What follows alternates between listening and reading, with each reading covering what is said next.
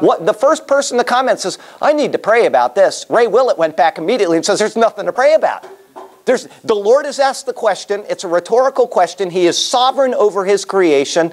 That's it. Right? I couldn't have been more proud of Ray over that one. I got home that night and there was a whole list by then. But that's just the way it is He's asking him a rhetorical question to get him to respond the proper way. And of course he didn't. He failed. He said, what? Am I my brother's keeper? And that's become the subject of how many thousands of books over the years. Am I my brother's keeper? I had a guy walk up to me one day and he wanted to do a talk to a meeting of people.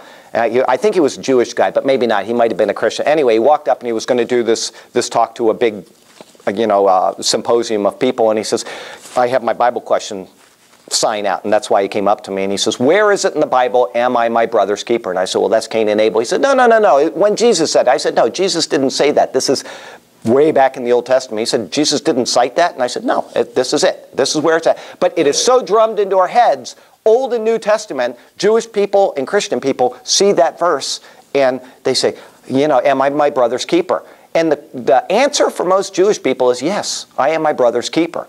Christians, it should naturally be that way, but you know what? Do you have an opinion, any of you, on that? Are we our brother's keeper? We're all individually responsible for salvation. We're responsible to tell people the word, but ultimately, I can't answer that question, but he probably should not have said that to the Lord the way he did. Am I my brother's keeper? Yeah, he was a smart guy. But that's something we all have to think about. And the reason why I bring it up is because secular people use that term as well as Christian people and Jewish people. Well, his father talked back to the Lord too. Who? His father. Oh, sure he did. Yeah. The woman you gave me. Yeah, the woman that's right. And that was after the fall, after he had eaten. So, that was a little different because he'd already eaten the fruit and he said, well, the woman you gave me has done it. And then, yeah, so there you go. But, you know what? One of you last week, and I think it was Linda, but one of you said, well, I'll blame it on the woman. And I said, don't worry, Paul does too. He does say the woman was deceived first in the New Testament. I don't remember what verse right away. I think it's in Galatians. But he makes a point that, yes, the woman was deceived first. It doesn't negate, guilt. Adam is just as guilty, but he said that it's in 1 Corinthians 14, I believe, is where that is. Anyway, we're not going to go there now. But what do we have here? Verse 10, go ahead. And he said, what have you done? The voice of your brother's blood cries out to me from the ground. Okay. In the book of, is it Deuteronomy? In the Torah, and I believe it's Deuteronomy, it says that by man's blood must, and I'm going to misquote that. Anyway, a person that kills a person, his blood must be shed in order to atone for the blood guilt. Okay? It says that there is no atonement for the shedding of blood except by that person's blood. Okay? Now, in America we have capital punishment, but it is quickly fading away. But that is the only way to get rid of that blood guilt is by taking the life of the person that took that blood. Now think of abortion doctors, how many thousands and thousands of children. Now, there is a remedy to that they didn't have in the Old Testament. And that is coming to Jesus Christ. If that abortion doctor comes to Christ, he is forgiven 100% completely and absolutely. They didn't have that in the Old Testament. But as it stands, that person that is killing those children and that person that's down there on, whatever street in whatever town killing people, his life is forfeit.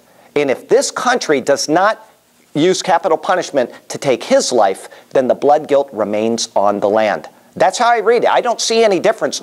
I, the Lord your God, do not change, the Bible says. Okay? There's no change in him. He has progressively showed himself to us, and we've developed through the ages, from Adam to Noah to Abraham to Moses to Jesus Christ. But the principles of what God does and who he is doesn't change. And if there's a blood guilt and the person hasn't come to Christ, then his life is forfeit. Go ahead. The question I have is about some of these religions that won't allow you to go into war. They're against war because they use that as, don't they use that? Jehovah's Witnesses. Well, no, they... And also Mennonites. Oh, yeah, well, that's a little different. They're conscientious objectors, and they're, in my opinion, they're misreading the Bible as far as the verses. What did the greatest hero of World War I was who? Persian. No, well, Alvin York. Alvin York. Oh, there's a man who knows his history. I went to his house when I was traveling around the country. Alvin York, if you ever see a presidential horse being drawn after president dies, that horse is called Sergeant York, after Sergeant York. One guy was a conscientious objector. He did not want to enter the war. But he went in, he was drafted in anyway against his wishes. He went through boot camp. He was an exceptional person. You can watch the movie Sergeant York by Gary Cooper, thank you. His commanding officer said, I want out. I am a conscientious objector. He says, I want you to go back home. And he gave him the Bible, and he says, I want you to read it, and I want you to think this over. And he came to the verse that says, render unto Caesar that which is Caesar's, and render unto God that which is God's. And he thought about it, and he thought about it, and he came back. He stayed in the service, okay? He became the greatest hero of World War I. And one man, what he did is he was a hunter, in the Pell Mell, Tennessee, up in the north of Tennessee. It's a place called Pall Mall, but they pronounce it Pell Mell. Anyway, he was up there living in the highlands, and he shot up food for a living. And so he knew how to track things and how to hunt. Well, there was a battalion, was it, or a regiment? I mean, the big size thing of Germans. Okay, and they were just slaughtering the Americans. So he went around to the side, and he found a place where they could not get out, but where he could shoot at them, and they couldn't get back at him. And he shot one after another after another. And he kept shooting them until finally the entire regiment, or whatever it was, hundreds of people raised their hand and surrendered to one man. To one man.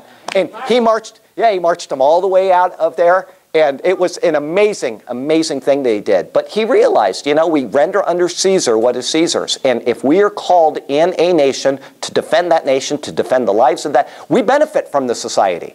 Okay, that's all there is to it. We benefit from it, and so we should be willing to give. And you know what? War is not unique to the Old Testament, despite what people say. I like the peace-loving Jesus of the New Testament. My grandmother used to say that, and Grandma Garrett. She used to say, I don't like the wrathful God of the Old Testament. Well, once again, I, the Lord your God, do not change. Anybody go to Revelation 19 and you want to see some wrath being poured out? When Jesus comes back, he slays the armies with the breath of his mouth. I mean, we're talking probably millions of people. That's all there is to it, because God cannot condone sin. And the whole world is going to be left without the Holy Spirit and without the believers, and he's going to come back and he's going to defend the people of Israel. And so you're saying, though, then, that these different religions that are against war and they don't want they have misread the Bible. Some of them are probably cowards, people that do that, like Muhammad Ali. Why did Muhammad Ali convert to Islam? To get out of going to war. Right. And you want to know what? What a laughing... who are the most brutal people on the face of the earth? I'm a man of peace. And he joins a religion that's the most brutal religion on earth. They cut off why do they cut off your right hand in Islam? You probably know this, living with the Uyghurs. Anybody? What? Yes, for stealing. But why do they cut off the right hand for stealing? You're right. You use your left hand for your bottom. No, they use it. She got it. Say it again. You use your left hand to wipe your bottom. They don't use toilet paper in Muslim nations. Oh. And so you have to use the same hand that you eat with. That's why they picked the right hand. Hey, listen, I lived in a Muslim nation. I can tell you that's true. What? Yeah, any Muslim nation, that's the law under Sharia, is to cut off the right hand. If a woman's caught committing adultery, stone her. It's just anyway, brutal people. They love to lop off heads. And, if you ever want to just be, go ahead. No, I was just saying, we're talking about Cain a lot. You know how you have some of your favorite people in Scripture, and then you have other people that your heart breaks for. Cain has always been someone who my heart breaks for. Yeah. Because, and especially, I hadn't heard this take from this rabbi on Eve and the childbirth. Just thinking of how sinful but difficult and confusing it must have been for Cain to Unbelievable. To know his mother was expecting him to bring him back to the garden, and then when he comes up with garden material to sacrifice to Christ or to God, God says no. Good point. With the material of the curse. Good point. And he must have been like, what are you talking about? Yeah. I thought it was the garden. Yeah, good point. Absolutely. It's interesting. He's such a tragic figure. He is a tragic figure. The poor guy, you know. But there you go. I mean, and then we're going to read what happens to him here in a minute. But anyway, I didn't finish up on the rabbi. The rabbi missed the entire. He had this beautiful thing. I still have it on my computer somewhere, I'm sure. But it was this very long discourse on why Cain, didn't get them back into Eden and blah blah blah. And the whole thing. He had this great discourse, and he came to the end, and he had no resolution to it. Why? Because he's missed Jesus. The whole thing, all he had to do was just go one step further, and he would have seen Jesus. And I emailed him with all my stuff. I'm sure he never even read it. You know, I probably typed up 15 pages of stuff for the guy and sent it to him. And I said, here, this is all pointing to what you are looking for. Anyway, whatever. So, all right, where are we? Whatever verse, 10 or 11, wherever we were. Oh, yeah, 11. And now you are cursed from the ground, which has opened its mouth to receive your brother's blood from your hand. When you till the ground, it will no longer yield to you its strength. You will be a fugitive and a wanderer on the earth. Cain said to the Lord, my punishment is greater than I can bear. Okay, you know what? He just killed his brother and he's worried about himself. Yeah. Take care, Mike. As he said, what a tragic figure. You know what? He's killed his brother. He's told he's going to wander on the earth. He's going to spend the rest of his life not being able to get the fruit out of the ground that he had been getting out of the ground. And it's all because he lacked faith. He simply lacked faith in the Lord's provision, okay? And so he's going to face this forever and ever. Go ahead, verse 13. Oops, 14. Today you are driving me from the land, and I will be hidden from your presence. I will be a restless wanderer on the earth, and whoever finds me will kill me. Keep going. But the Lord said to him, not so. If anyone kills Cain, he will suffer vengeance 7 times over. Then the Lord put the mark on Cain so that no one who found him would kill him. Okay, hang on one sec here. I want to check something real quickly in the Hebrew. That's verse 4:15. Real quick, I don't mean to spend all day looking through this, but 4:15. Shkemi and Jehovah.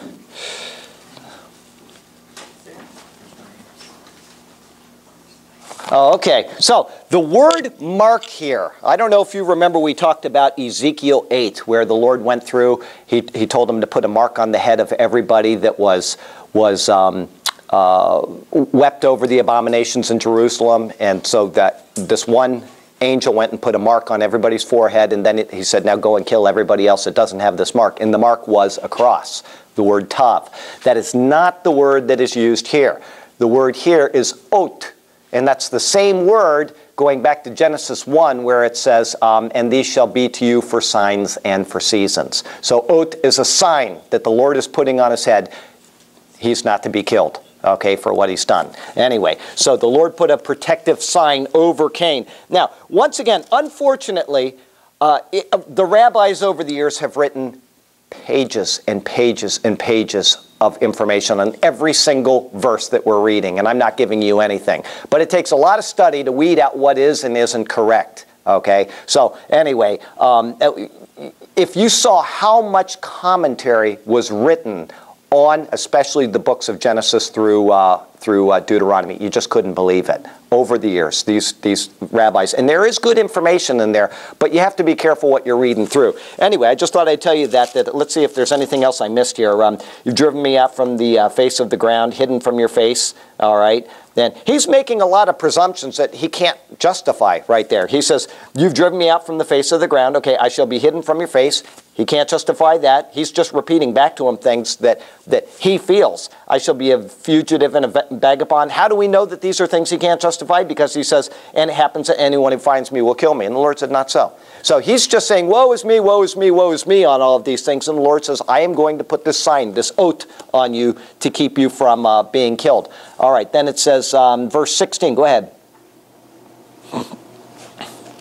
And Cain went out from the presence of the Lord and dwelt in the land of Nod on the east of Eden. Okay, the land of Nod means the land of wandering, which he just came out of. He says, I'm going to be a wanderer on the face of the earth. And what's that? It just means wandering? Yeah, it means the land of wandering. So, and it's east of the land of Eden. Okay, that's where we get you remember back, I think it was in the 70s, the movie called East of Eden? Yeah. Yeah. We did.